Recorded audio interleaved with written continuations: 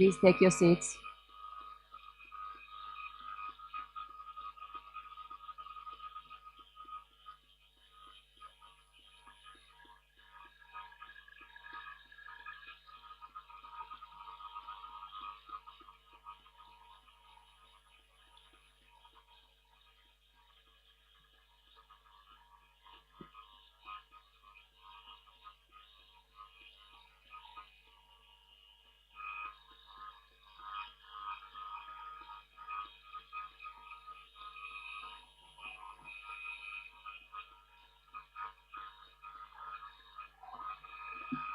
Dear colleagues, please take your seats and we will proceed to the agenda.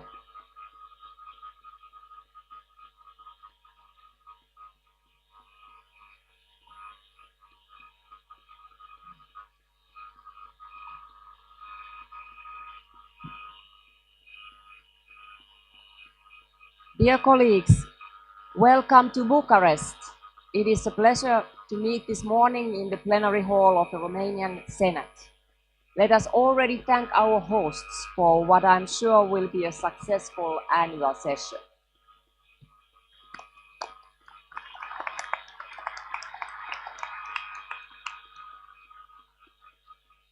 Before we begin, please note that this meeting is being recorded. Let me also use this opportunity to welcome those of you participating in the meeting of the Standing Committee for the first time. We then move on to the adoption of the agenda, which is item number 1 on our agenda. I would like to ask you first to adopt the agenda for this meeting, which has been circulated. The agenda is adopted. Thank you. I would like to ask members wishing to raise any point under item number 9, other business, to inform the Secretariat in advance during the course of this meeting. We then move on to item number 2, renewal of the mandate of the Secretary General of the OSCE, Rule 40.1. The second item on our agenda is the renewal of the mandate of the incumbent Secretary General. As I informed you in my letter dated 7th of May, at its last meeting in Copenhagen on 29th of April, the OSCE Bureau unanimously endorsed Roberto Montella for renewal of his mandate as an OSCE Secretary General. This recommendation came after I triggered on the 11th of March the process to renew the Secretary General in accordance with Rule 40 of our Rules of Procedure. As I underlined in my correspondence with heads of delegation, I warmly welcome Roberto's expression of interest and availability in continuing his mission, given his excellent track record in serving the Assembly in very challenging times, whilst making it more active, relevant, visible, and effective. I would like to thank all the Bureau members and the many heads of delegations who also expressed their full support to Roberto in their reply letters to me, and that you have seen in the presentation dossier that was distributed. We will now proceed with the formal process. Please note that Rule 40 indicates that the renewal of the incumbent Secretary General is done for 5 years by a majority of the votes cast by secret ballot in the Standing Committee. In accordance with our normal voting procedures, I will ask Johan Buser from Sweden, Hedi Fry from Canada, and Kyriakos Hadiani from Cyprus to oversee the election. And we will proceed as follows. In accordance with Rule 35, only those acting in the capacity of the heads of delegation may vote. Those eligible to vote may collect a ballot paper from the clerk in charge of the election from that side of the hall, complete their ballot paper using one of the voting booths if they wish, also here on my left side, and then place it in the ballot box. Please have your conference badge with you when picking up your ballot. And thirdly, When all those eligible to vote have had an opportunity to cast their ballots, counting will then be undertaken under the supervision of the tellers. I will announce the result as soon as it is known. I will now suspend the meeting for up to 10 minutes to allow voting.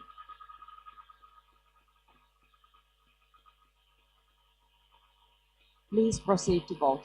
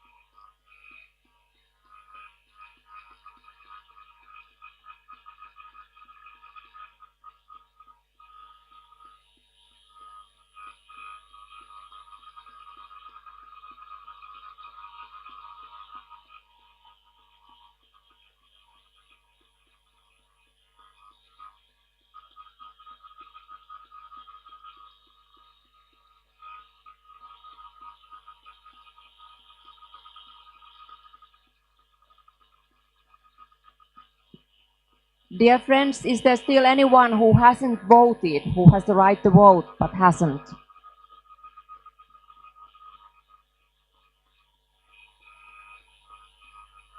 If not, then we can proceed on counting of the votes.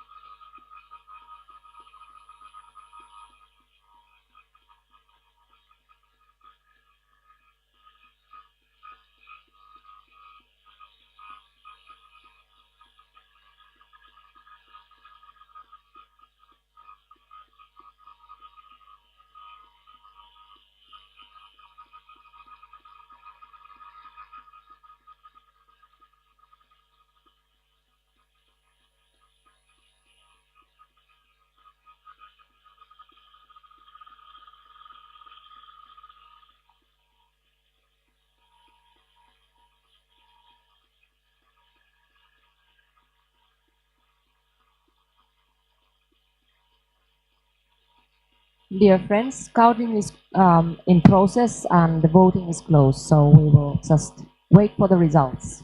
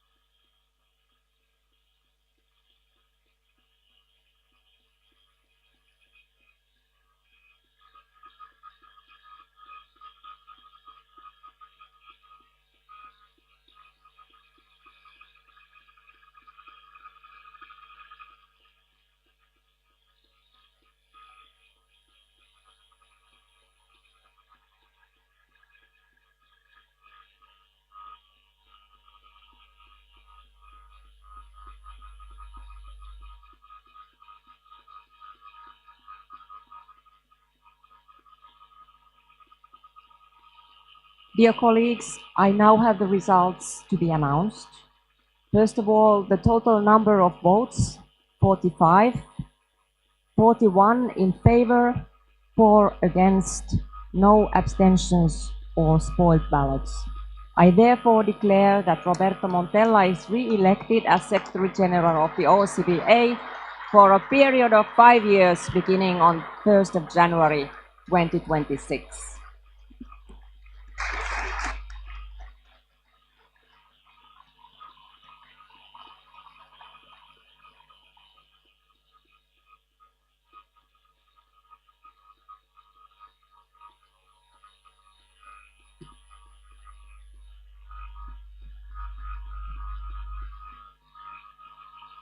We then move on to item number 3, practical and procedural matters for the 31st annual session. The annual session's practical and procedural information, as well as a document explaining in detail the process for electing assembly and committee officers, have been widely circulated in advance of this meeting. Let me just highlight a few important points. With regards to elections, the deadline for nominations of assembly officers is 10 a.m. on Tuesday, the 2nd of July. Early voting for members who have an unavoidable obligation to leave the annual session before Tuesday will take place from noon to 6 p.m. on Tuesday, the 2nd of July. I remind you that members must request early voting in writing before 5:30 p.m. on Tuesday, the 2nd July. The elections for assembly officers will be held on the morning of Wednesday, 3rd of July, between 8:30 and 10:30 a.m. I have appointed Johan Buser from Sweden, Hedi Fry from Canada, and Kyriakos Hadiani from Cyprus as tellers. I repeat, these points relate to the election of assembly officers. To facilitate the process to elect committee officers, the general committees will be invited to set a nomination deadline of Monday, the 1st of July at 6 p.m. Monday, 1st of July at 6 p.m. This will be confirmed by each general committee at their first meeting. These elections will take place during the last meeting of the general committee. With regards to the list of speakers, in line with Rule 27.2, members wishing to speak in debate should sign up no later than 1 hour before the announced time of the opening of the sitting. I stress this in particular for the debates in plenary 2, the 2nd and 3rd of July, for which we will have strict time constraints. Please also register in advance to ask questions to the OSCE chairperson in office and the OSCE Secretary General. Submitting your question in writing in advance will contribute to hearing clear answers during our plenary session on the 3rd of July. Let me also announce that Lord Smith of Hindhead will be chairing the drafting committee in charge of preparing the Bucharest Declaration. Dear colleagues, let me now take a moment to explain that the Standing Committee will be asked to take several decisions. The Standing Committee will first be asked to approve the list of registered participants. This is a technical matter to validate signatures of amendments and supplementary items. The Standing Committee will then be asked to approve membership of the General Committees. Again, this is a technical matter to ensure compliance with our rules of procedure.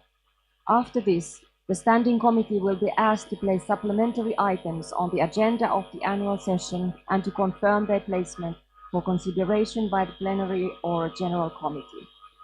Please note that according to our rules of procedure, the inclusion of supplementary items on the agenda of the annual session requires a 2/3 majority. Their allocation to a committee or the plenary requires a simple majority. All other decisions will require consensus -1. Following these technical matters, the Standing Committee will be asked to approve the budget. In addition, an amendment to the rules of procedure has been tabled. These will need to be approved by consensus -1. I wish to inform you that ahead of this meeting, I received a letter from the delegation of Belarus opposing both the proposed budget and any amendment considered during this meeting. This letter has been made available to all delegations in the electronic folder. Are there any questions before we proceed?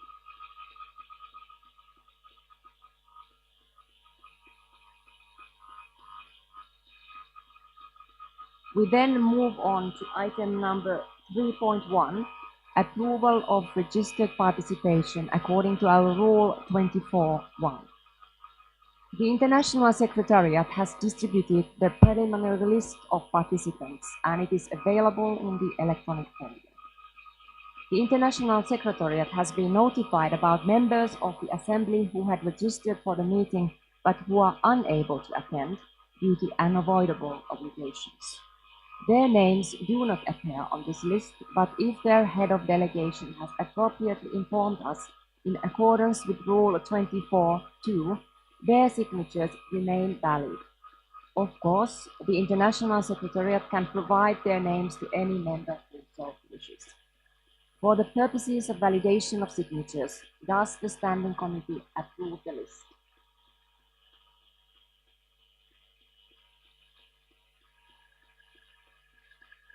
The list is approved.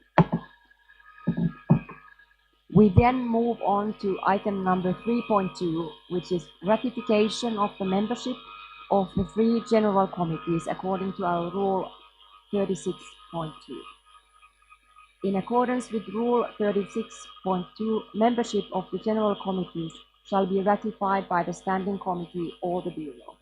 All delegations have been reminded of the request of the Standing Committee that the distribution of members between the three general committees should be as equal as possible.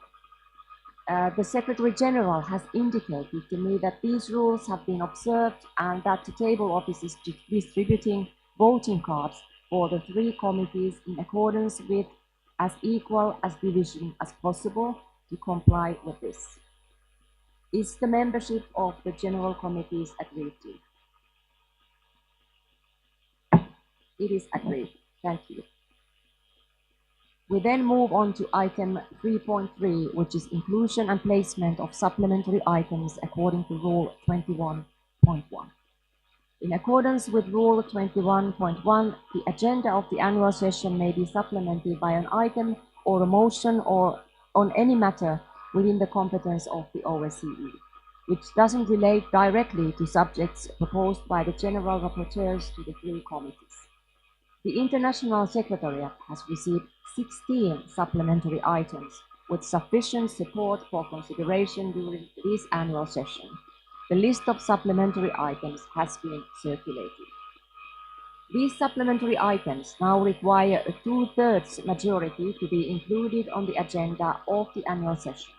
Note, however, that Rule 21.1 limits the number of supplementary items to 15.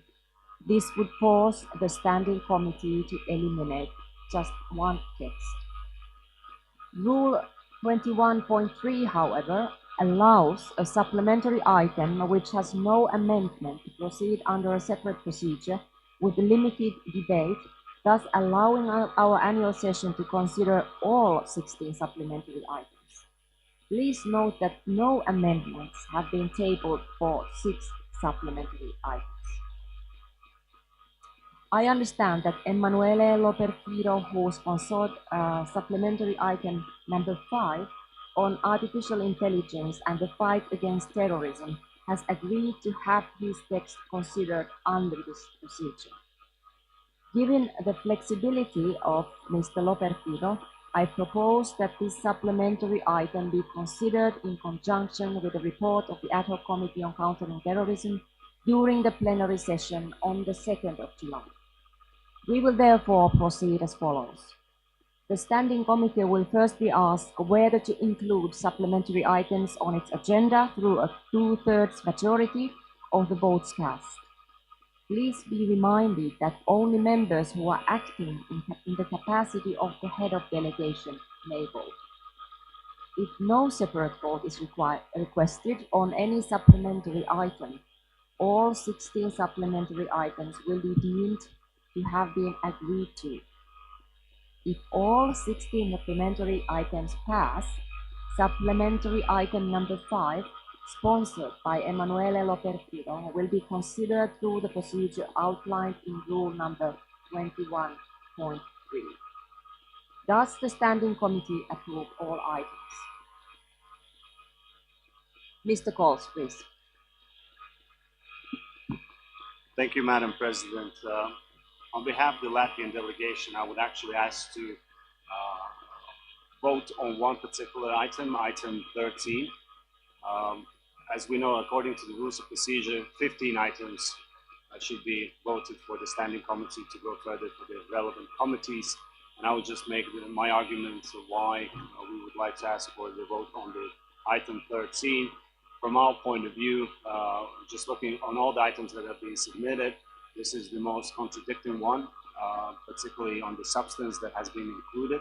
We respect the efforts made by Ms. De Riter to draft the supplementary item, absolutely we respect, but the substance that we have included in this supplementary item is really contradicting both the national policies, but also contradicting the OSCE PA as such, because there are certain articles being included that stipulates that certain EU policies are somewhat mandated also for the OSCE region countries as well.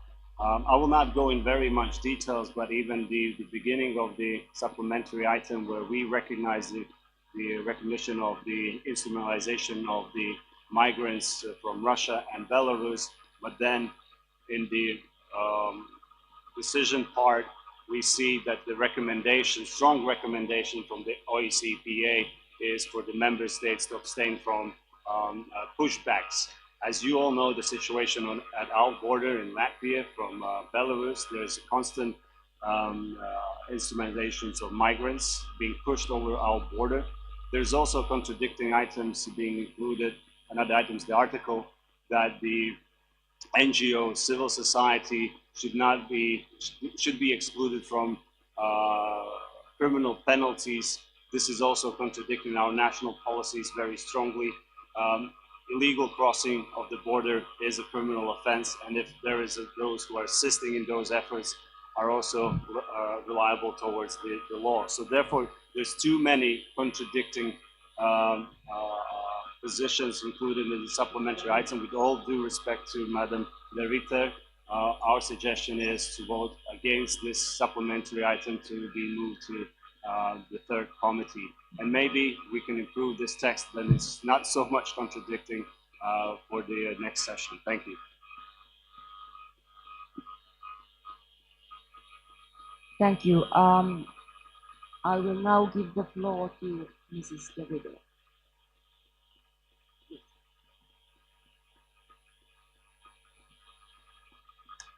Vielen Dank, Frau Präsidentin. Vielen Dank, Herr Kohls, für Ihre Einlassung.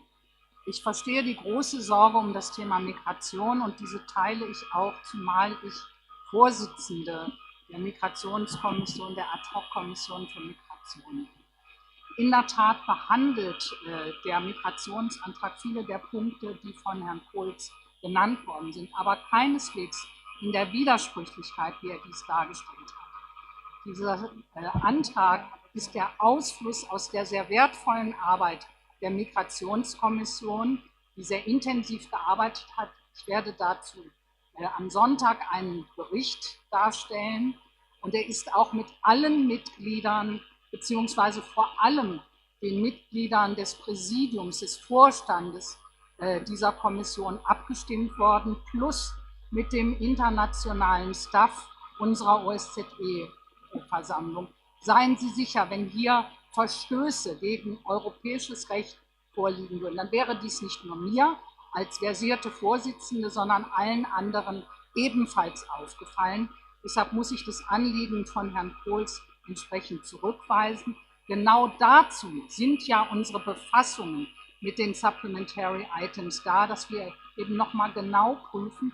Es spricht, wenn es hier Anregungen gibt von Herrn Kohls und anderen Mitgliedern unserer Versammlung vieles im Gegenteil dafür, dass wir uns einer Debatte um Migration stellen.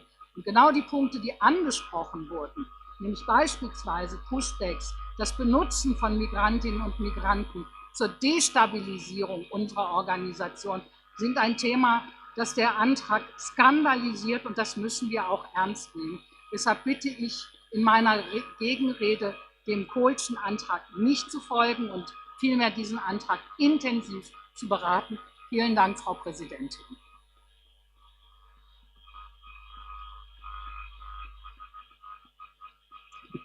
Thank you, Mrs. De Ridder.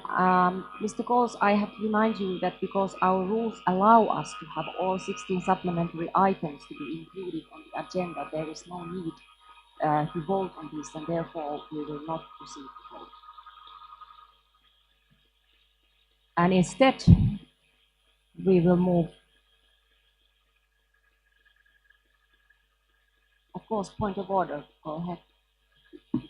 Thank you, Madam President. Well, again, it's an interesting way of articulating the rules of procedure.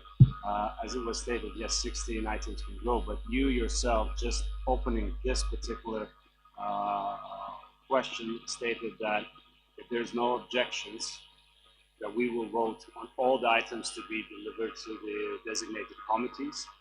So you're contradicting yourself what you said, because I have objections, the Latvian delegation has objections, and we ask for one particular item to be put on the vote. So I don't know why suddenly we move ahead with all the items as they be proposed by Secretary. Is there anybody else requesting the floor related to this item? Belgium, please go ahead. Merci Madame la Présidente. Je voudrais que les collègues soient attentifs à l'objet du débat que nous devons avoir ici. Le seul critère qui doit nous conduire à nous positionner sur l'agenda, c'est la recevabilité des points. Nous ne devons pas engager de débat sur le fond. Si on n'est pas d'accord avec le contenu d'un point supplémentaire, eh bien dans ce cas, on propose des amendements, on les défend, et puis on gagne ou on perd le vote. Mais à ce stade-ci, à partir du moment où un point a reçu 20 signatures de 5 pays différents, le point est recevable, et donc il n'y a pas de débat supplémentaire à avoir. C'est un positionnement que nous devons prendre sur la forme et non sur le fond. Et donc, je vais dans votre sens, Madame la Présidente. Je crois qu'en effet, il n'y a pas de vote à organiser sur l'inscription du point de Madame de Ritter à l'ordre du jour.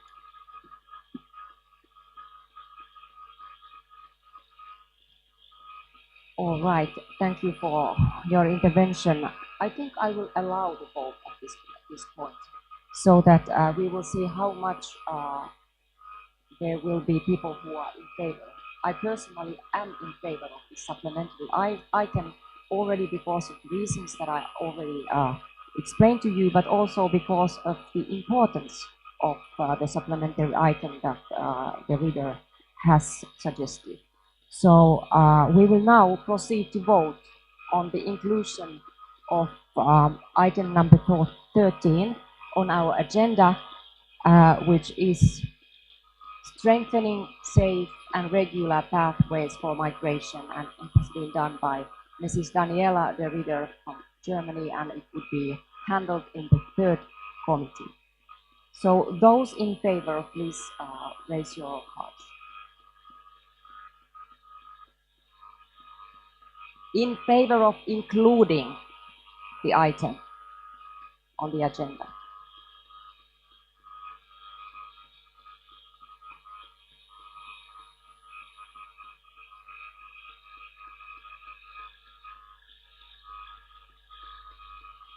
Only heads of delegations, please.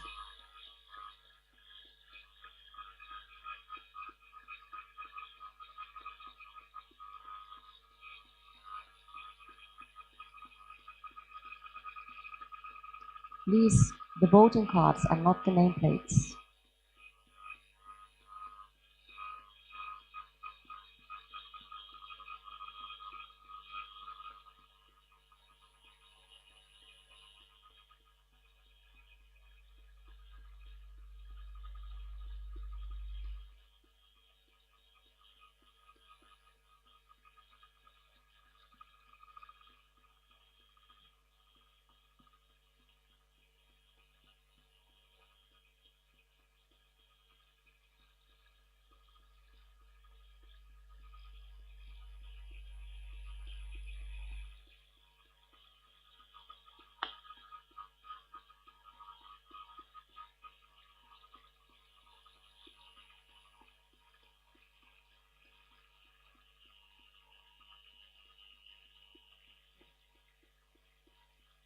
And those against of having this item on our agenda?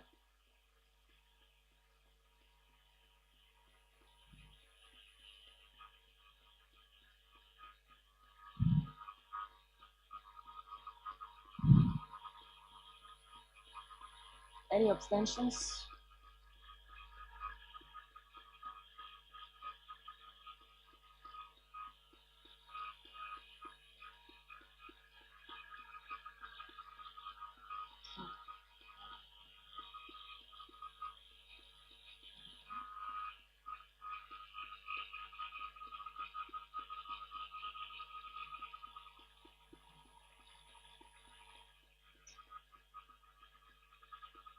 The result of the vote is as follows.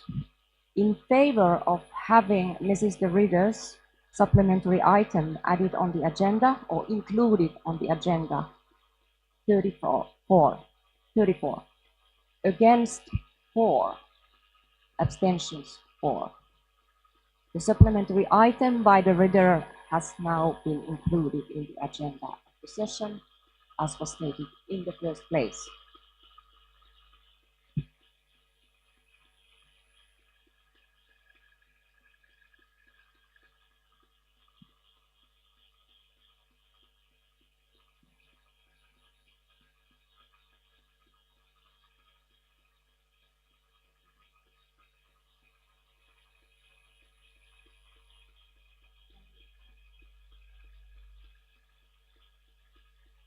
Is there any objection of including all the other supplementary items on the agenda? If not, all the supplementary items proposed are included on the agenda.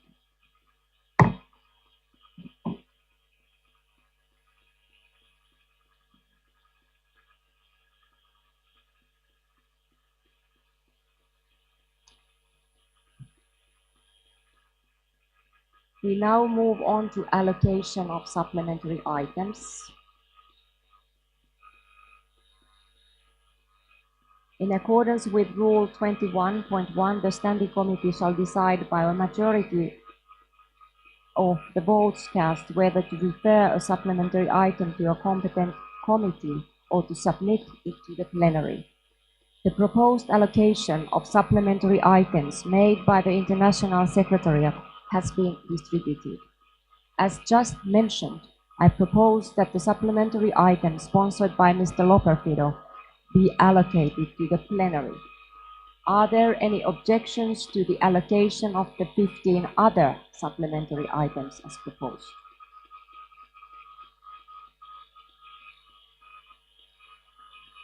No objections.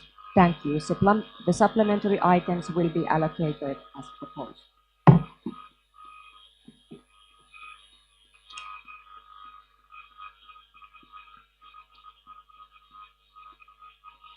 This afternoon, the plenary will consider the supplementary items on Ukraine proposed by Vice President Nikita Poturayev and on Moldova proposed by Veronika Roska. I invite delegations to sign up speakers for these debates in advance of our plenary sitting this afternoon. Dear colleagues, we are now done with the technical questions required to comply with our rules of procedure. I hope you agree that this is time-consuming and that we would prefer to spend this time engaging on political issues. If you agree, I will ask the Secretariat to examine ways to streamline this process. For instance, we could use a silence procedure in advance of our meeting for some of these technical questions. I hope you agree that this is worth exploring. We then move on to item number 4, which is the report of the President of the OSCE Parliamentary Assembly, Ms. Pia Kalpa. A written report covering my activities since the winter meeting has been distributed. I will only highlight a few points before opening the floor for questions. First, I want to underline that this annual session marks a year of hard work. I would like to again thank the Romanian Parliament for their efforts in hosting this event, which is another way of strengthening dialogue and cooperation within the OSCE. In line with the Assembly had expressed in Yerevan and in Vienna, I am glad that we have managed to recalibrate our efforts across multiple areas this spring. Ukraine, of course, remains at the very top of our political agenda, but we also have found ways to address the situation in the Mediterranean and the Middle East. I had the opportunity to join the Migration Committee visit to Italy in March and the visit of the CCT to Turkey in May. I was also in Malta in April. All these were opportunities to inject more OSCE in the Mediterranean and more Mediterranean in the OSCE. We also had the opportunity to discuss the nexus between security and artificial intelligence in a conference hosted by our Portuguese colleagues, which was a good preview of our next annual session. I was pleased to again participate in the Linesweiler seminar, which was a crucial exercise to address the impact of Russia's aggression against Ukraine and broader security in the OSCE region. Finally, let me say a few words about long-term strategic planning. I first want to inform you that members of the Bureau participated in another informal brainstorming session in April. It was agreed that another session should take place on the margins of the autumn meeting in Dublin, with the bureaus elected during this annual session. I'm also very pleased to announce that I have signed with the delegation of Luxembourg a new funding agreement which will provide very generous support to the OSCPA Secretariat over the next 4 years to enhance our activities in Southeast and Eastern Europe. I sincerely thank our colleagues from Luxembourg for this initiative, which I hope will inspire other parliaments. As mentioned earlier, additional details are available in the written version of this report. A comprehensive report of my activities since the Vancouver annual session has also been made available. Thank you. I will now open the floor for comments or questions.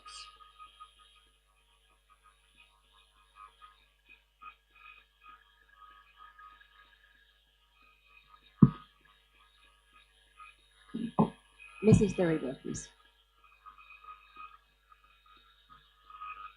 Vielen Dank, Frau Präsidentin, für Ihren Bericht. Ich möchte mich ausdrücklich bedanken für die Unterstützung durch Ihre Anwesenheit bei den Treffen der Migrationskommission und bei der Reise insbesondere nach Lampedusa in Italien. Sie haben durch Ihre Präsenz nochmal deutlich gemacht, wie wichtig das Thema Migration für uns alle in dieser Versammlung sein muss. Denn wir haben differenzieren gelernt zwischen regulärer, gewollter Migration und irregulärer Migration, die auch dafür sorgen kann, dass die Stabilität in unseren Mitgliedstaaten gefährdet ist und dass wir dringend aufgefordert sind, alle miteinander Lösungen zu finden, um dieses Problem bewältigen zu können. Ich will aber auch noch mal einen Punkt ansprechen, der mir andererseits sehr wichtig zu sein scheint, was die Wahlbeobachtungen angeht. Wir haben erlebt, wie wichtig gerade die Wahlbeobachtungen sind. Auch dies haben Sie mit großer Unterstützung ja begleitet, Frau Präsidentin. Insbesondere ja auch solche Wahlen, wo wir wissen, dass die Zivilgesellschaften durchaus bedroht sind. Und da gibt es auch durchaus Differenzen zwischen unserer Versammlung als Parlamentarierinnen und Parlamentarier der OSZE und beispielsweise dem Europarat. Nun haben wir dankenswerterweise, und auch da will ich schon mal vorab dem Schatzmeister Johann Büser meinen Dank aussprechen, unser Budget leicht erhöhen können. Für meinen Geschmack ein bisschen zu moderat. Ich glaube, wir könnten uns auch noch einer etwas höheren Summe annähern. Auch da bin ich sehr dankbar, dass einzelne Länder, ja so wie auch Deutschland, ihr Budget erhöht haben, indem sie additionelle Budgets vereinbart haben. Luxemburg etwa haben Sie erwähnt, aber auch wir Deutschen leisten ja mit dem Linesweiler Seminar einen zusätzlichen finanziellen Beitrag und vielleicht das auch Beispiel geben für andere Länder, finanzieren ja auch Personalbudgets mit. Ich glaube, das ist eine gute Methode. Ich will das auch als Anregung in den Raum stellen, um weitere Verfahren zu unterstützen. Bei den Wahlbeobachtungen mache ich mir ein wenig Sorgen, Frau Präsidentin, das will ich hier offen bekennen, weil die sind auch mit Kosten nicht nur für den internationalen Staff verbunden. Sie haben entschieden, vielleicht können Sie dazu auch noch mal Stellung nehmen, dass wir so viele, das scheint jedenfalls mein Eindruck zu sein, so viele Wahlbeobachtungen wie möglich begleiten sollten. Nun müssen wir aber mit knappem Budget auch immer damit rechnen, dass vorgezogene Wahlen stattfinden können, die so nicht immer einplanbar sind. Vielleicht mögen Sie dazu auch noch etwas sagen und zur Kenntnis geben. Und wir haben ja beispielsweise in Aserbaidschan erlebt, wie wichtig es ist, dass wir solche Wahlen beobachten. Ich hatte dort, und dafür will ich mich bedanken, mit meinem ukrainischen Kollegen zusammen die Gelegenheit, dies zu beobachten. Wir haben dort auch gesehen, wie wenig Frauen etwa bei den Präsidentschaftswahlen beteiligt sind, aber später, dort wo es sehr viel riskanter wird, etwa im journalistischen Bereich, da gibt es dann sehr viel mehr Frauen. Wir müssten, glaube ich, auch diese Hinweise, die wir bei Wahlbeobachtungen machen, nämlich dass wir eine Gender Balance brauchen, noch sehr viel ernster nehmen. Vielleicht mögen Sie auch dazu noch mal Stellung nehmen, Frau Präsidentin. Vielen Dank. Thank you, Madam the Reader. First of all, I think it's at the core of our operations that we deploy election observation missions where we are needed. And we have deployed 2 operations during the past spring, one in Azerbaijan and the other one in North Macedonia. And I thank you personally, all of you who participated in these missions. We must remember that it's the work that we do for the people of these countries, not for the leadership. We always work for the people. And when it comes to our upcoming election observation missions, we will be deploying missions this coming autumn, at least to Georgia, to the United States, to Moldova, and Uzbekistan. So I hope to see many of you also participating in these missions. So this is something at our core, like I explained, and it is not something that where we cut corners. We have to do that according to all the quality standards that are required. We owe that to the people of those countries. When it comes to ad hoc committees, and especially the trip to Lampedusa paid by our ad hoc committee on migration, I would like to thank you, Mrs. De Ridder, for excellently organized trip. And I think I'm not a very theoretical person, and I know that sometimes it is good to see firsthand where you travel to see the people who actually cross the Mediterranean and what kind of thoughts they have on their minds, and to interview them and to talk to officials and so forth. It was really an eye-opening experience for me, and I encourage all of you to participate in those trips if possible, and I will explain to you at another occasion even more about the field trips that we are going to organize in the future in order to let our parliamentarians be acquainted with the work that the OSCE's governmental side is doing in different countries. For example, in the Western Balkans and in Central Asia, but we have an opportunity to come back to these issues later on in this session. Thank you. Any other questions? Mr. Gerasimov from Ukraine. Artur Gerasimov, Ukrainian delegation, vice chair of the second committee. First of all, I want to say thank you to you, Madam President, to all of you colleagues for supporting our country in our fight. And when we are going to the assembly, I want to say also thank you to work of parliamentary supporting group for Ukraine, because it was very, very important, the creation of this group for our delegation. And also very important was the visit of you, Madam President, to Ukraine and the representatives of this group. And because of that, the first question, what do you think about next visit of this group to Ukraine autumn this year? Because situation is changing drastically. Situation is difficult, and the things you saw during the previous visit will be totally different when you will visit Ukraine, for example, this autumn. Why? Because now situation is very, very difficult, not only on the front line, but also when we are speaking about electricity supply, when we are speaking about heating supply, because Russia on purpose destroying our energy infrastructure. And for example, right now, civilian people in Ukraine every day are living without electricity, without heating 6, 8, 10 hours per day. now summer. You can only imagine what will be during the winter. Also, dear colleagues, I want to underline, using this possibility, the importance of our election observation missions, and I kindly ask all heads of delegations, please actively participate in two election observation missions this year, Moldova and Georgia, because this is not only about these countries. Again, elections in Moldova, it's about security in all our region. Elections in Georgia, it's about security in all our region. I will kindly appreciate if our delegations in election observation missions in Moldova and Georgia will be not less than our delegation to the election in the United States.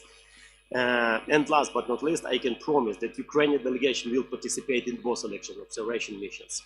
And finalizing, thank you very much for all members of the Assembly, for all countries, for supporting our country.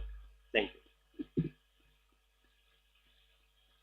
Thank you, Mr. Gerasimov.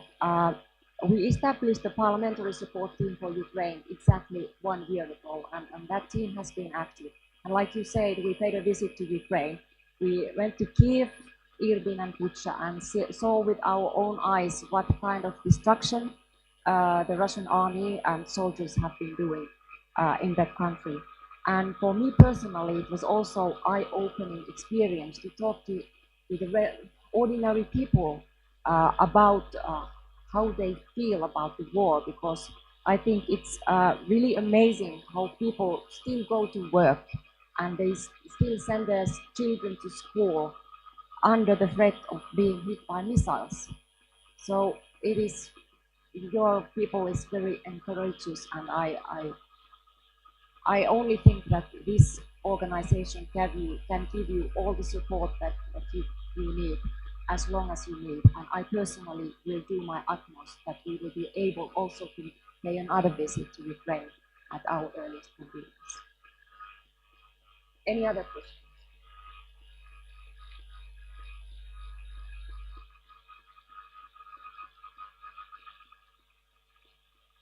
If not, we then move on to item number 5, which is financial questions, and report of the Treasurer of the OSCE Parliamentary Assembly, Mr. Johan Büser. 5.1, present financial situation and annual contributions on our agenda. Before I give the floor to the Treasurer, let me simply underline that there have been challenges with our financial situations, as you know, due to external factors which you are aware of. However, I'm confident that we are in a much better position now. As just discussed under the previous item, my recent visit to Luxembourg helped to conclude an agreement to generously support the work of the Assembly. This is exactly the type of support that we need to maintain and to expand our activities in the current context. I want again to thank the Parliament of Luxembourg for its generosity. This eases the situation for the Treasurer and for the whole Assembly. Finally, I want to thank our Treasurer for our good cooperation this year. This has resulted in a good compromise on this budget proposal. I'm glad that we have worked cooperatively and transparently since our election in Vancouver. Mr. Büser, you have the floor. Thank you, Madam President, and good morning, esteemed colleagues and distinguished guests. It is my honor to present the Treasurer's report at the 31st annual session of the OSCE Parliamentary Assembly here in Bucharest. I want to begin with extending my heartfelt gratitude to the Parliament of Romania for hosting this annual session. As we reflect on the financial year that concluded on September 30th last year, I'm pleased to report that despite significant challenges, our Assembly has maintained operational efficiency and continued to deliver on the promise to advance dialogue and cooperation in the OSCE region. The first integrated business audit conducted by Deloitte concluded with a clean opinion and a number of constructive recommendations. This outcome is a demonstration of the Assembly's steadfast commitment to our core mission amidst amidst global uncertainties and economic challenges, particularly those resulting from Russia's war against Ukraine. I'm also pleased to note that the financial rules have been updated with a provision for performance audits to be included in the regular auditing practice every financial year. Regular audits on a rotational basis contributes to openness and transparency and aligns the Assembly with the standards of other international organizations. However, we must pragmatically address the challenges facing the financial situation of the Assembly. The level of inflation and general increase in costs of services is putting pressure on our budget and economic stability. For the past years, funds have been taken out of our reserve to supplement deficits. And most importantly, the Russian Federation have failed to meet their obligated dues and has not paid the financial contributions since the last financial year. This has resulted in a shortfall of funds amounting to 6% of the budget, which is also anticipated this year. In the proposed budget for the 2024-2025 budget year, we have taken measures to mitigate this financial gap by increasing the accruals to our reserves. These reserves will supplement a portion of the likely non-payment.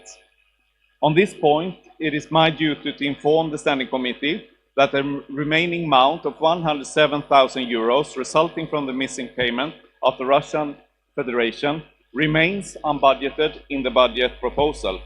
As you also will see in the Treasurer's report, I have expressed a reservation against this.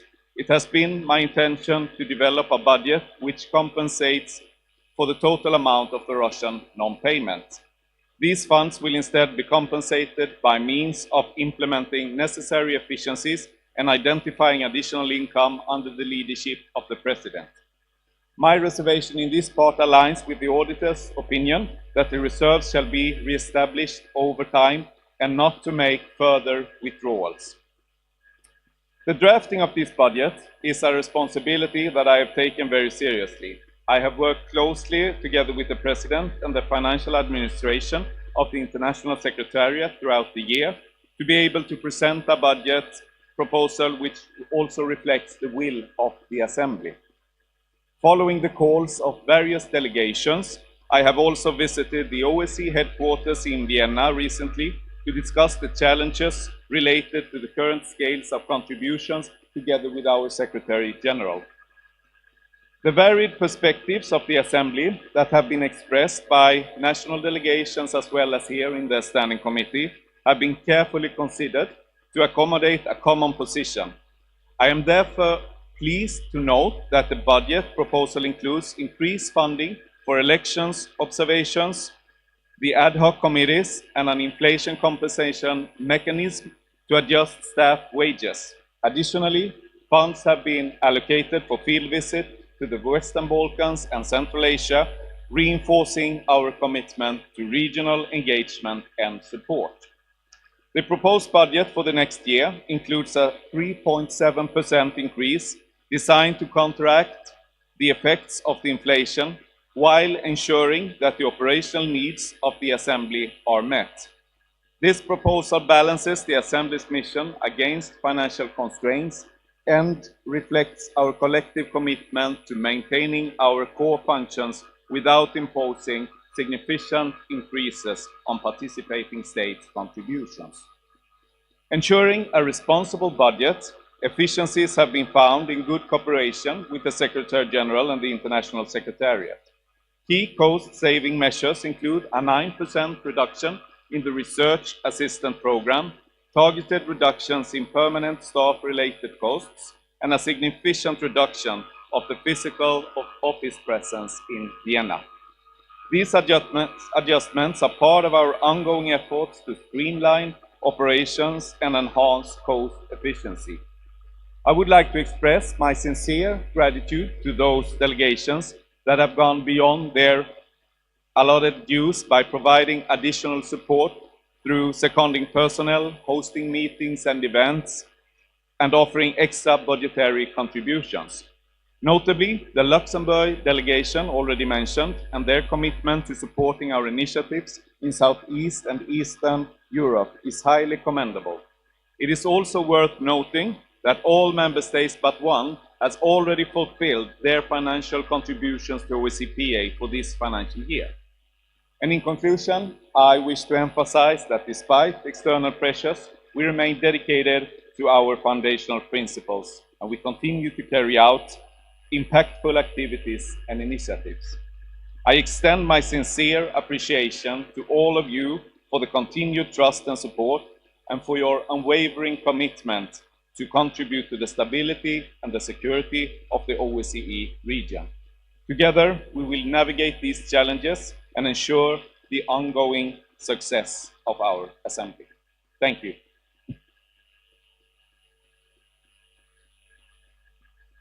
Thank you, Mr. Bruiser. I remind all delegations that the draft budget was circulated more than a month ago and that we have received no comments or concerns on the substance of this proposal prior to this meeting. As previously mentioned, I have received a letter from the delegation of Belarus opposing the proposed budget. Does anyone wish to comment on the Treasurer's report?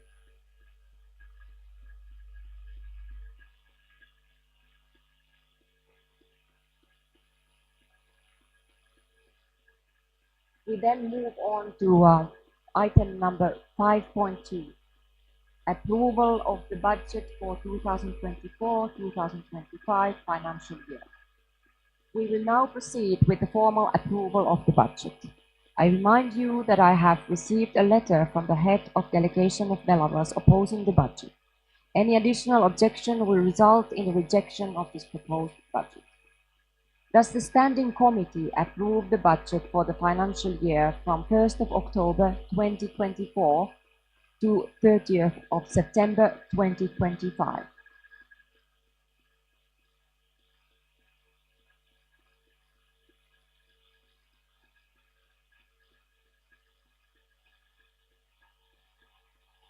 Nobody's against. Thank you. The budget will be made available to the Assembly in accordance with paragraph 2 of Rule 41 of the Rules of Budget Procedure. We now move on to item number 6, Rules of Procedure. 6.1, Report of the Chairperson of the Subcommittee on the Rules of Procedure and Working Practices, Mr. Pascal Alizard. Unfortunately, Vice President Alizard is unable to join us in Bucharest due to the elections in France. A written report is available and has been circulated. I encourage all members of the Standing Committee to refer to it regarding the work of the Rules Committee since the beginning of this year. Item 6.2, Consideration of proposed amendments to the Rules of Procedure.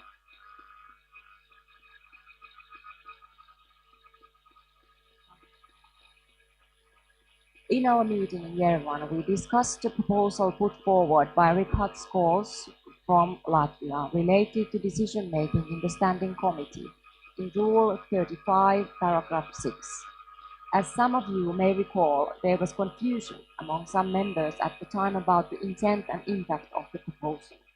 As a result, I asked the Rules Committee to examine the proposal and offer their opinion so that we could find a common understanding. While Mr. Alizard is not here today, the opinion of the Rules Committee on this proposal is stated in the circulated report. If I may summarize that opinion, it is that neither adoption nor rejection of the proposal would significantly change our decision-making process. Mr. Coles has asked that this question be put on our agenda again today. I invite Mr. Coles to speak to the proposed change Rule 35.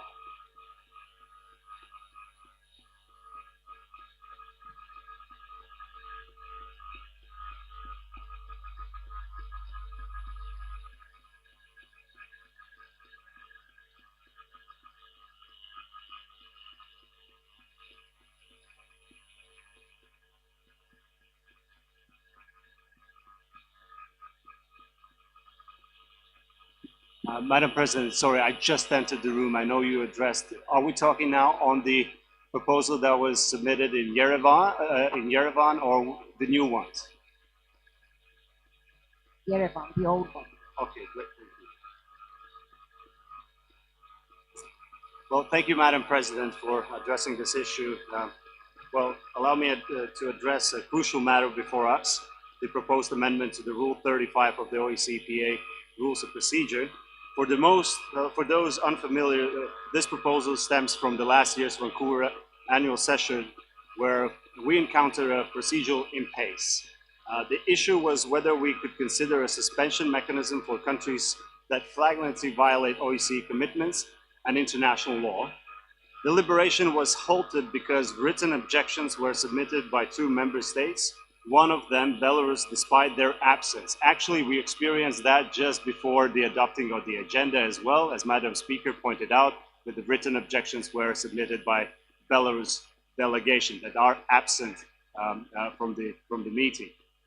And this was justified by referring to the OSCE Permanent Council's procedures, which I believe then and still now consider to be misguided.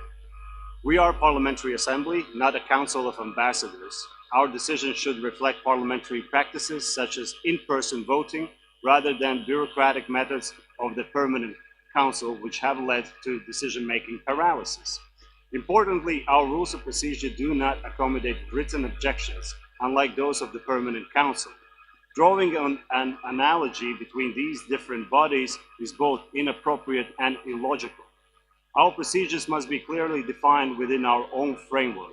Therefore, I propose an amendment to Rule 35, and quoting, "The principle of the consensus minus one takes into account written objections communicated to the President of the Assembly by the head of the national delegation no later than 1 hour before announced time for the opening of the Standing Committee meeting."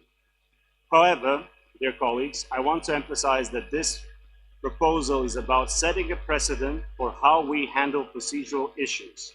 Whether or not this amendment is adopted is secondary to the fact that we must decide if absentee voting should be permissible within our Assembly, as it aligns with democratic principles and parliamentary practices. Let's focus on strengthening our commitment to these principles and creating an environment that upholds the values we stand for in the OSCE Parliamentary Assembly. Thank you. Thank you, Mr. Coles, and now I give the floor to Mrs. Charalambidis from Cyprus. Madam President, I waited before because I wanted to mention something, a decision we have made in the Rules of Procedure Committee, and we have also informed the Bureau about it. It's not about Mr. Cole's matter, it's well spoken, you've said everything before. So later on, I just wanted the Standing Committee to know about the vote we are going to ask in Dublin next, during our next autumn meeting. So I would ask for the floor later. Thank you.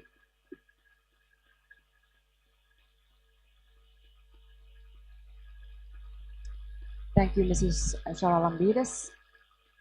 Let me inform you that the delegation of Belarus, as informed earlier, has signaled its opposition to any changes to the rules of procedure at this meeting. Any additional objection will result in the rejection of the proposal. Does any other delegation object to the proposed change to Rule 35?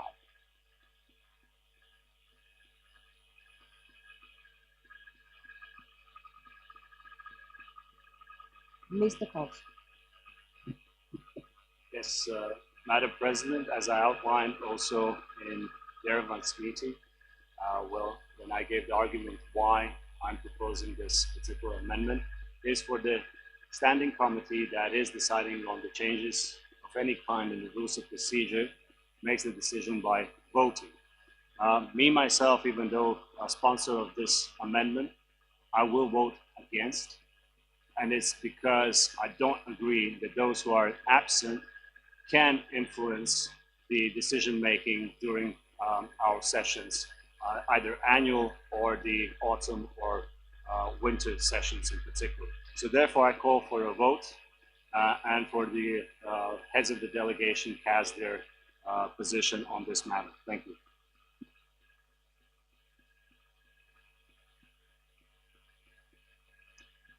Thank you, Mr. Coles.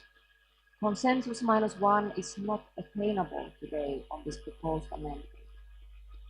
Mr. Coles has also circulated 2 additional proposed rules changes to paragraph 46 related to how we change our rules of procedure. I would invite Mr. Coles to please introduce these 2 proposals, but I would suggest that we do not take a decision on these amendments today to ensure that all delegations can fully consider the proposals. Mr. Coles, you have the floor. Thank you, Madam President. Ladies and gentlemen, honorable members of the Assembly. Today I present the 2 crucial amendments to our rules of procedure aimed at enhancing our democratic processes and ensuring efficient decision-making in the spirit of the true parliamentarism. The first amendment mandates that only proposals signed by 30 members from at least 10 member states must be considered and voted upon by the Assembly. This ensures that the proposals with broad support are not sidelined and or indefinitely postponed. When such a substantial backing is present, it reflects a consensus that deserves our immediate attention. This amendment reaffirms our commitment to the democratic principles and the values of parliamentarism by ensuring timely consideration and voting on significant proposals. The second amendment requires that any amendment to the rules of procedure submitted by a member with the necessary signatures as specified in the Rule 46.2 must be voted on the next standing committee meeting, provided it has been received by the Secretariat at least 14 days in advance. The Subcommittee on Rules of Procedure may advise, but a vote must still occur at the next meeting.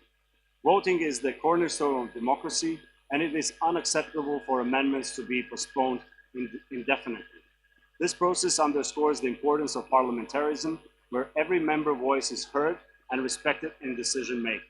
Additionally, I propose raising the threshold for amendments to the rules of procedure to be considered by the Standing Committee from 1 member from 3 countries to 30 members from at least 10 countries. This prevents an overwhelming influx of amendments and ensures only those with substantial support are considered, thus maintaining the efficiency and integrity of our parliamentary process. These amendments uphold our democratic values and streamline our processes in accordance with the principles of the parliamentarism. I urge you to support these changes for the betterment of our Assembly, and as rightly Madam President mentioned, we then refer to the Rules of Procedure Committee. Then in the next meeting, we can vote on these proposed amendments. Thank you.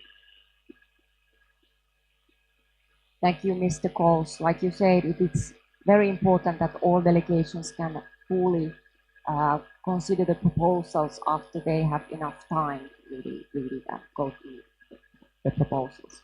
So, Mr. Coles, thank you for these proposals. Then we move on to, there is still one person requesting the floor. Sorry, Mrs. Charalambidis. Thank you, Madam President. The only reason I requested the floor is because I want the members of the Standing Committee to be aware that, unfortunately, Pascal is not here. I was expecting that we would have presented this together. I had a suggestion that the president-elected of the Organization for Security and Cooperation in Europe serve for 2 years instead of 1. So we do not have to go through election procedures every year, and we give the elected president the chance to have a program, work on it, and 2 years to apply without any right to renew these 2 years. It was accepted unanimously at the Rules of Procedure Committee. It was also presented to the Bureau meeting in Copenhagen. Again, we had a unanimous vote there. So we were supposed to present it, and then in Dublin to take a vote on this if the Assembly agrees for the President to serve for this year. That will be valid from summer 2025 for the new for the next president. I thought it was very important for the members of the Standing Committee to know in order to be ready to vote in Dublin. Thank you, Madam President. Thank you, Mrs. Shalalambides, and I would like to add that I fully support the new rule and the new rule to be effective from 2025, our annual session in Porto. We now move on to item number 7, which is the report of the Secretary General of the OSCE Parliamentary Assembly, Mr. Roberto Montella. I now give the floor to Mr. Montella.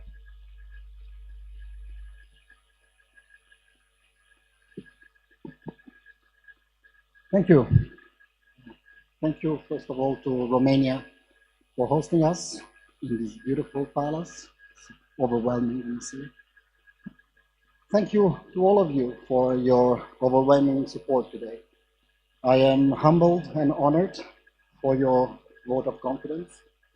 I don't think this is a personal success of Roberto, only of Roberto. I think your vote today, your overwhelming support, is a testimony for your satisfaction to the work of the Secretariat. So I would like to say thank you to all my colleagues who are here, those who are behind the scenes, those who have made sure that this meeting takes place. It's a testimony to the work of the Secretariat, who works sometimes in silence, there are some who are more visible, but they do an excellent work, and I can see that from all the reports I get from you, from the different committees, the different special representatives, you have always expressed great satisfaction with the work of the Secretariat. So thank you very much to Gustavo. I mentioned Gustavo because he's my deputy and he's a bit leader of the team, but to everyone, I don't want to name all the names now, of the team of the International Secretariat.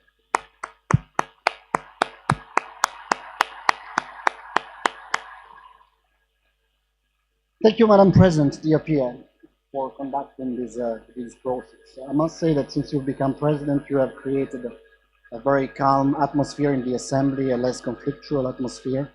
You have also brought politics at the center of our works. So I thank you in particular for conducting this process of my re-election. And Pascal Alizar, who's not here, is our chair of the Rules Committee, who also supported you in making sure that everything is done by the book and everything is done according to our procedures. So thank you also to Pascal.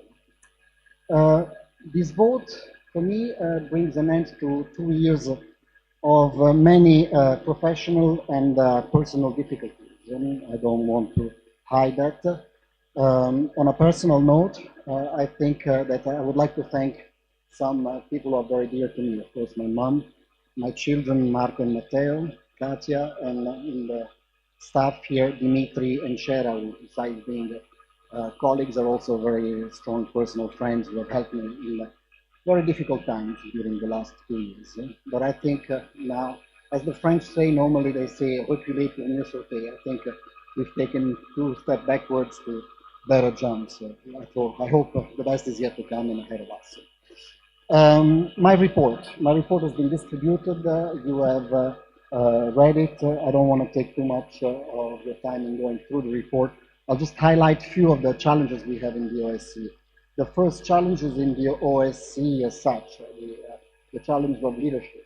As you will have seen, you will have read, the 4 mandates of the top positions in the OSCE will come to an end on the 2nd of September. And the chairmanship from Malta has triggered the process to recruit the Secretary General, the Director of the ODIHR, Freedom of the Media Representative, and High Commissioner for National Minorities. This is a very difficult process because it's a consensual process. Unlike here, where you can vote the Secretary General by majority, if we had the rules of the OSCE, I would not be elected today because I had 4 votes against.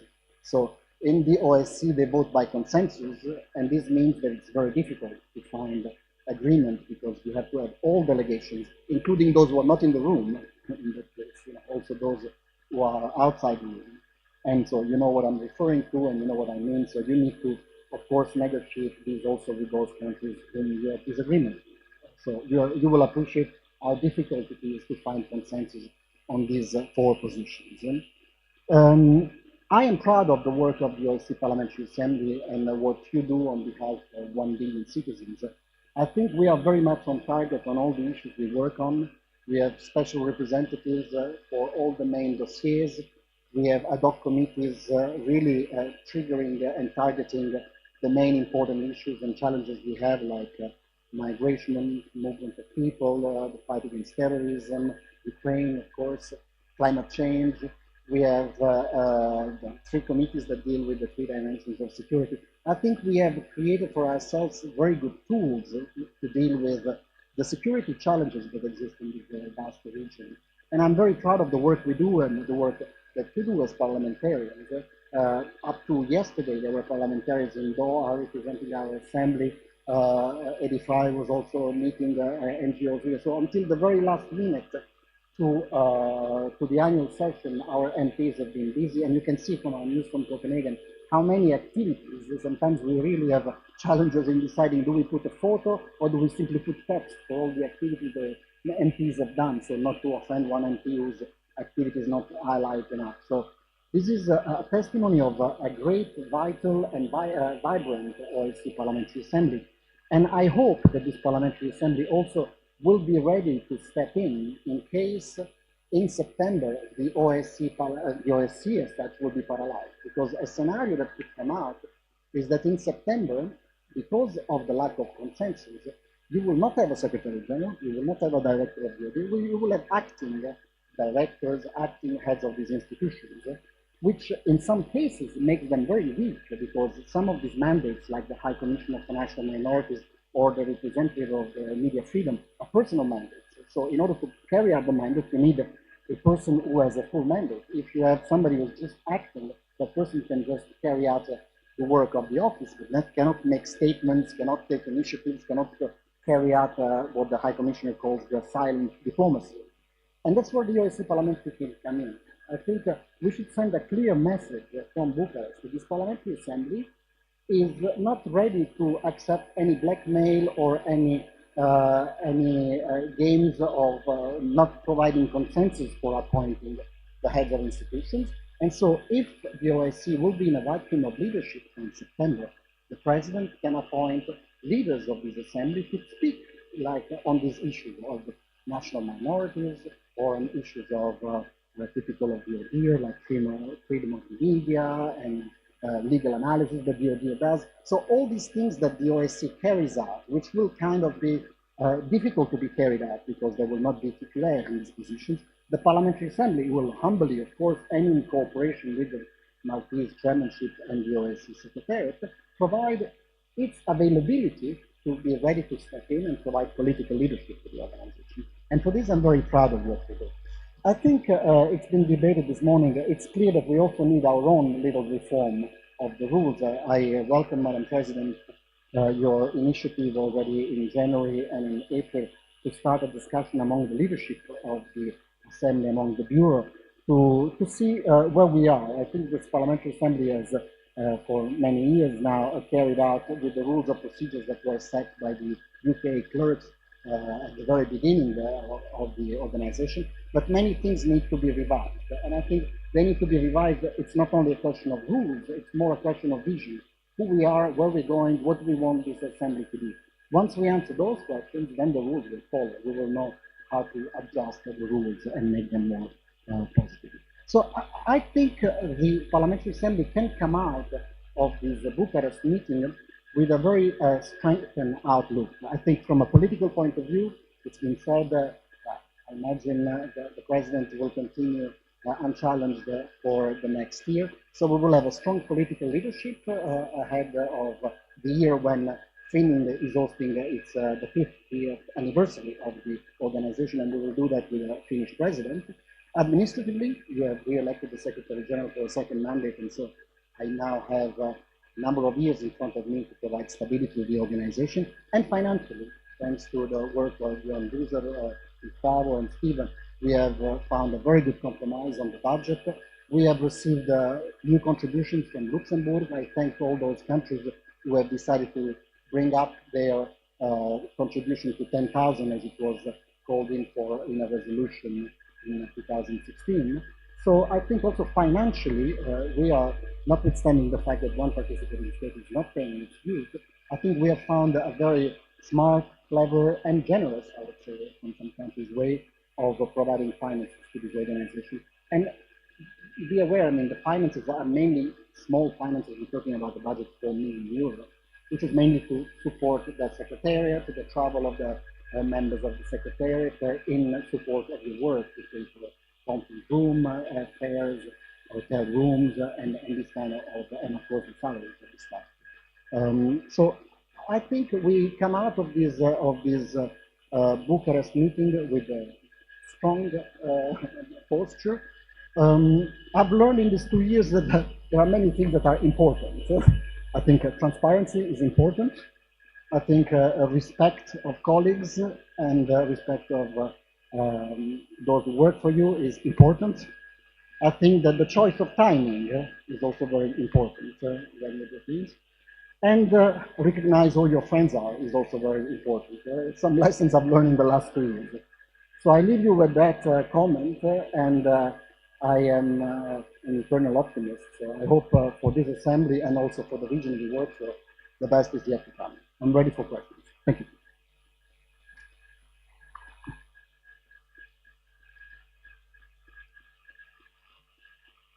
Thank you, Secretary General. Thank you, Roberto. Are there any comments or questions to Secretary General?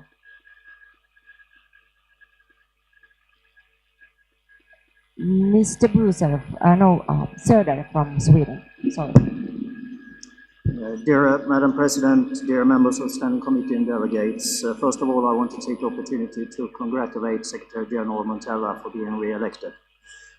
Today marks nearly 2.5 years since Russian Federation's full-scale invasion and beginning of the brutal war against Ukraine. It also marks nearly 10 years since Russia began the illegal annexation of Crimea. There is no doubt that these acts of war and atrocious violations of international law have brought our organization to its deepest crisis since its formation. Committed work on preventing war and standing clear on the fundamental principles of OSCE remains the core priorities of our organization. In addition to this, our elections observations remains as a long-lasting and most crucial activity. The aggressive acts carried out by participating states of this organization causes enormous numbers of daily casualties and deaths among those under attack. Let me be clear that there should be no understanding towards the violations of the most fundamental commitments of the OSCE, including respect for the territorial integrity of other participating states. Nor should there be any understanding for those aggressive members that do not honor their financial commitments towards our organization. 1 year has passed since the last annual sessions, and we are now discussing the performance of the elected leadership as well as the report by the Secretary General. Let me thank the President for her first year as a President and the Treasurer for his first year. I also want to thank Secretary General Montella for working hard with the challenges our organization is facing. I'm concerned that we as delegates in this Assembly have spent a lot of time during the last year discussing administrative matters. It is indeed a positive development that the Assembly finally has started a process of reaching an international standard when it comes to audit and evaluation of outcome of our national contributions. I'm also concerned that so much time and engagement has been spent on the re-election of the Secretary General, who applied for a third and last period, 1 year ahead of the end of the current 5-year period. This is valuable time that we as politicians, delegates, and the valuable staff of the Secretariat should have spent on important political matters within the Parliamentary Assembly. Let us, however, leave this institutional failure behind us and move forward with renewed strength. We should all agree today on openness and strategies to get our best national civil servants to apply for upcoming senior positions within the Secretariat, just like we encourage trusted members of the Assembly to run for positions. Time moves fast, and we will within 2-3 years begin the process of inviting candidates to run as the position as the next Secretary General. This responsibility lays on all of us members of the Standing Committee representing our parliaments and countries. Thank you. Thank you, Mr. Söder, and then I give the floor to Mrs. De Brito.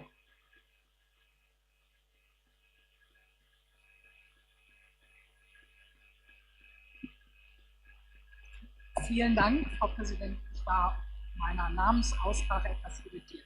Auch ich möchte die Gelegenheit nutzen, dem wiedergewählten Generalsekretär Roberto Montella herzlich für die nächsten Jahre zu gratulieren, und ich freue mich im Namen der deutschen Delegation auf die enge Zusammenarbeit.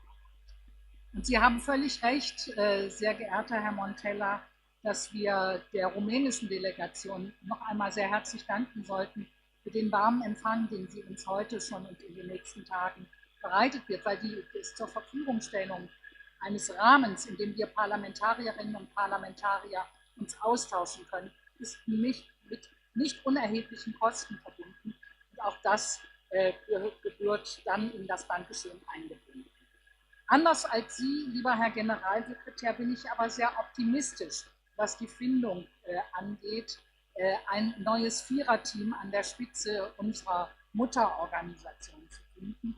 Gleichwohl bin ich sehr dankbar, dass Sie ein großes Vertrauen in uns als Parlamentarierinnen und Parlamentarier auszusprechen, für den Fall, dass dies nicht gelingen sollte. Aber ich bin sehr sicher, ich habe die Liste gesehen der Kandidatinnen und Kandidaten, die sich dort präsentieren werden. Ich bin sehr sicher, dass unter dem maltesischen Vorsitz es doch gelingen wird, ein gutes Team zusammenzustellen, mit dem wir dann zukünftig auch sehr eng zusammenarbeiten können.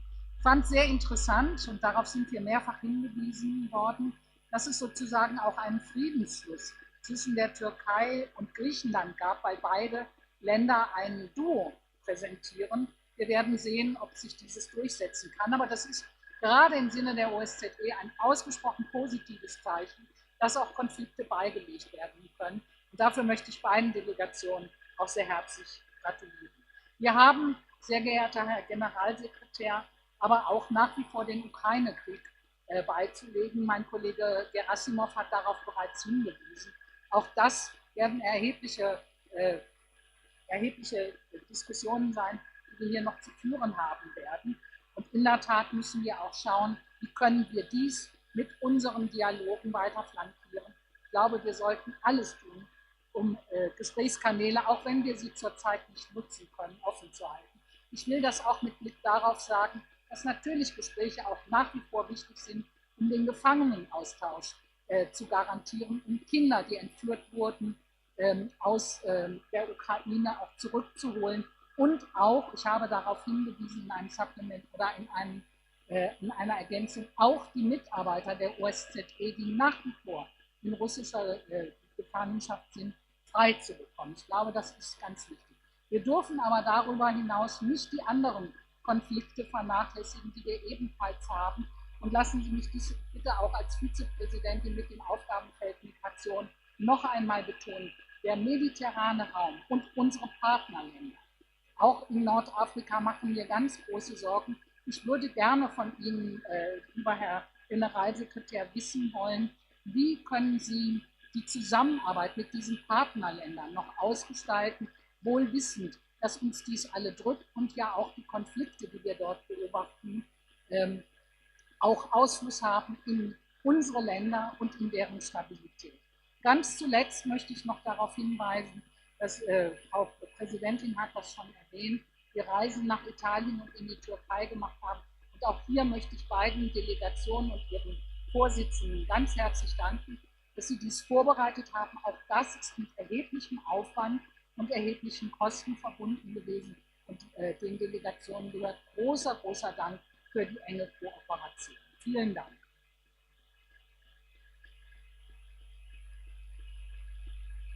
Thank you, Mrs. Rieder. And now I give the floor back to Secretary General Montella.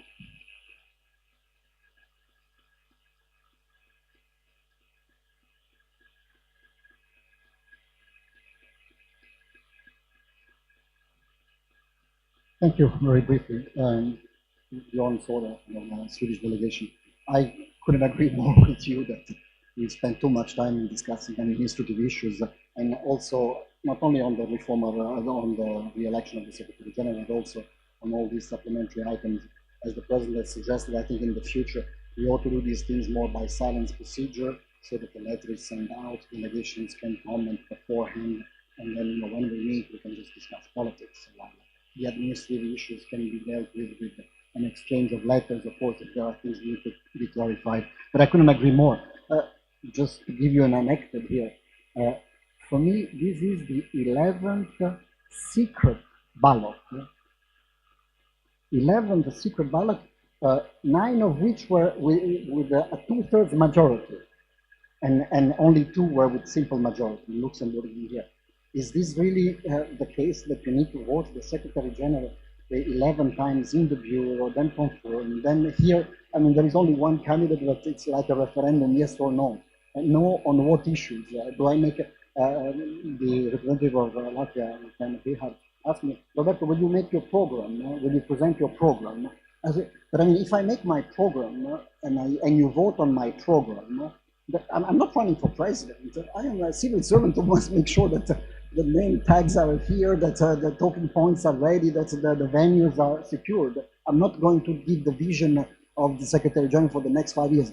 I don't think you would want to hear my vision, especially on some of the political topics that we have in this moment and on the security challenges.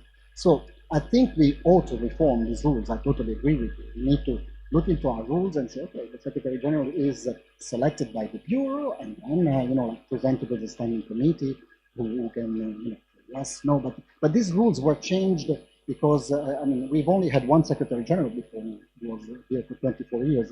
So I think the rule change and actually some of the contradictions, I must admit, in the rule, especially on the vote of the Secretary General, were introduced not totally with the free of mind, but more like how to prevent one scenario or another. So I couldn't agree more with you. I have been going through 11 ballots, I tell you, although I know more or less that I had the support of all of you, but it is kind of stressful, and it shouldn't be for a position of an administrative person. On the OSCE challenges, I hope you are more optimistic than me. I am an optimist by nature. I know how the consensus rule works, and I know the history. I remember in 2017, for 6 months, we didn't have a heads of, when we were in Minsk, the annual session in 2017, I put 4 empty chairs to testify that the OSCE didn't have heads of institutions, because nothing was decided until Lavrov met with Kurz in Mauerbach in an informal ministerial meeting in July and gave consent to the new heads of institutions. And we saw the same movie, unfortunately, a horror movie, during the Albanian chairmanship in 2020. It took a while until there was the consensus. And we've seen it last year in Skopje, where the renewal of the mandate was only done not even for an additional technical year, but 9 months, really kind of wanting to show. So unfortunately, in an organization which decides by consensus, we have to agree. Do we talk to those with whom we disagree, at least on administrative questions, or we don't talk? But they will always have the possibility to kind of put a veto and block the organization. Luckily, we don't have this in this parliamentary assembly, and I'm very happy to be here. On the OSCE detainees, thank you for bringing that up. This is a very strong issue at our heart. The president has met them together with a delegation of 4 members. You can see from Norway was also there, Luis Garcia and Mark from Belgium. We visited the Kiev in February. We met with the families of those who are detained, illegally detained by the Russian Federation. And we've done everything that is in our power, also in touch with the OSCE Secretariat. They are employees of the OSCE governmental side. So the Secretariat is in a weekly contact with them.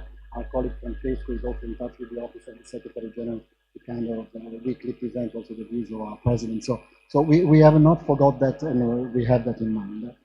On the Mediterranean cooperation, and that's very important because indeed the OSCE is an organization that has from Vancouver to Vladivostok, but also has a Mediterranean dimension.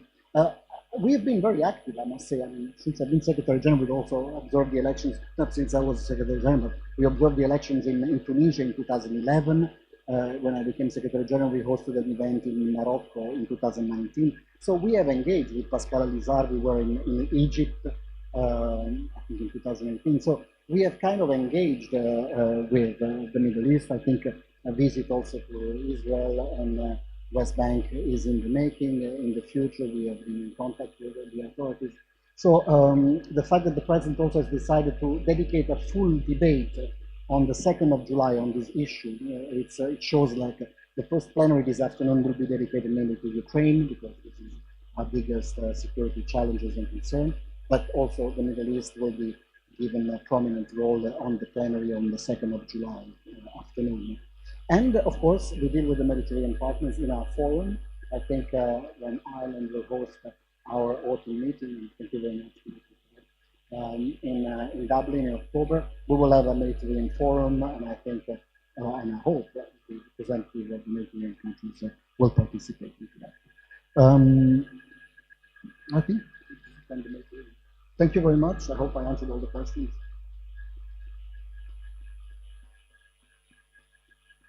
Thank you for all the comments and questions, and thank you all for the answers on the report, Secretary General. Dear friends, we now move on our agenda to item number 8, which is information on upcoming meetings of the OSCPA in 2024-2025. Our next meeting will be our autumn meeting in Dublin between the 2nd and the 4th of October. The Bureau will meet on the 4th of December prior to the Ministerial Council meeting in Valletta. As customary, our winter meeting will be held in Vienna on the 20th and 21st of February 2025. Our 32nd annual session will take place in Porto, in Portugal, between the 29th of June and the 3rd of July 2025. I'm also pleased to announce that San Marino has offered to host the 2025 autumn meeting.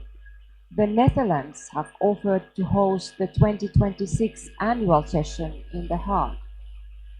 Andorra has offered to host the 2026 autumn meeting. Thank you very much for these generous offers, which I invite the Standing Committee to endorse. Does any of our future hosts wish to briefly take the floor?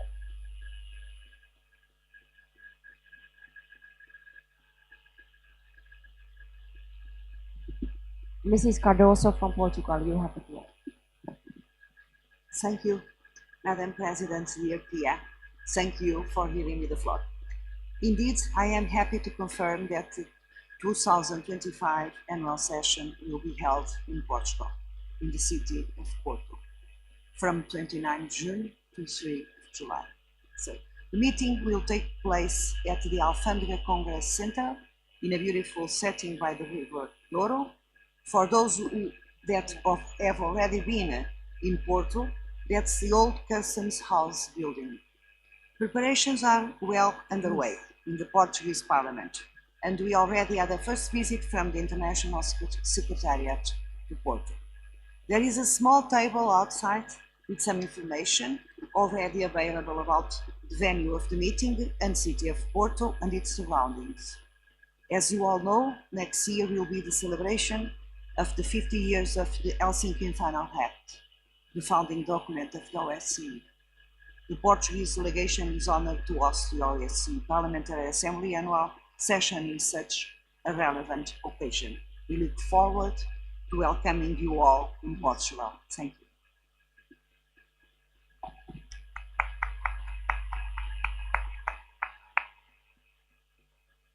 Thank you, Portugal. I next give the floor to Mrs. Lopez Guitart from Andorra. Thank you, Madam President. It will be a pleasure for us to be able to host the autumn meeting in 2026 in Andorra. As some of you may already know, we already hosted an autumn meeting in 2017, and it's an honor for us to be chosen by this assembly to host it again 9 years later. Those who already visited us in 2017 are already familiar with our country and culture, but nonetheless, I would like to give you a brief introduction of who we are. We are a small country in the mountain region of the Pyrenees. As a mountain region, we have a strong culture of environmental protection and sustainability. A big part of our economy and identity revolves around mountain sports and tourism, and we consider ourselves warm and welcoming people. And that is how we would like you to feel when you come and visit us in Andorra. We are very much looking forward to welcoming you in 2026. Thank you.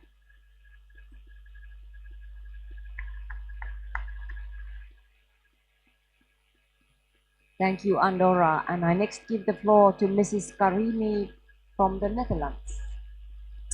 Thank you very much, Madam President. It is really a pleasure to us for the Dutch delegation that both chambers in the Netherlands unanimously supported our suggestion to host the annual session in 2026 in The Hague.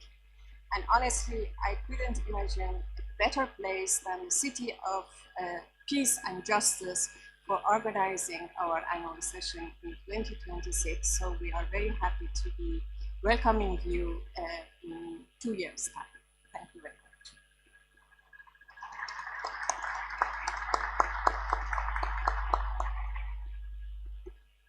Thank you, Netherlands. On behalf of the whole Assembly, I would wholeheartedly like to thank all our future hosts for hosting our sessions. We now move on to item number 9, any other business? Does anyone wish to raise any other issues? Yes. Presidente, grazie. Era sul punto precedente, avevo chiesto di parlare ma non mi avete notato. No, stiamo lavorando, Presidente, per ospitare l'assemblea annuale in Italia a Roma. Proprio mercoledì scorso ho avuto un incontro con il nostro Presidente della Camera dei Deputati, Lorenzo Fontana, che ha avuto modo di incontrare anche lei, Presidente, a Roma, e si sta ragionando per l'anno 2027. Sono molto ottimista rispetto al buon successo di questa proposta. Siamo stati orgogliosi di ospitare una missione dell'Assemblea parlamentare dell'OSCE, dell'amica Daniela De Rieder, del Comitato per le migrazioni, che abbiamo organizzato in collaborazione anche nel mio ruolo di rappresentante speciale per la lotta alla criminalità organizzata a Roma e a Lampedusa, e non vediamo l'ora di poter ospitare l'Assemblea nella sua forma più alta, quella annuale di Roma nel 2027. Grazie per l'ospitalità alla delegazione della Romania. E complimenti a Montella, al nostro segretario.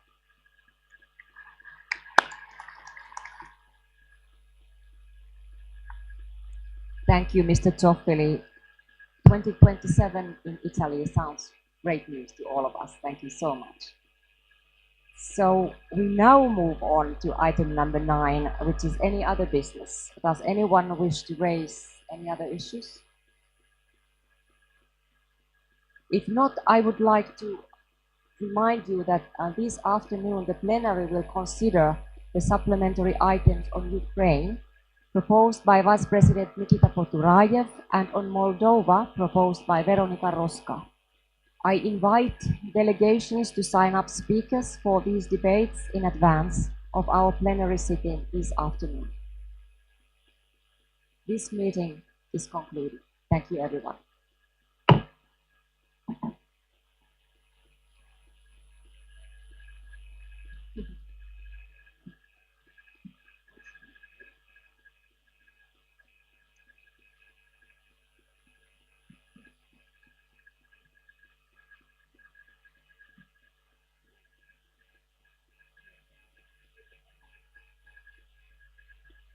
Maybe I'm too short.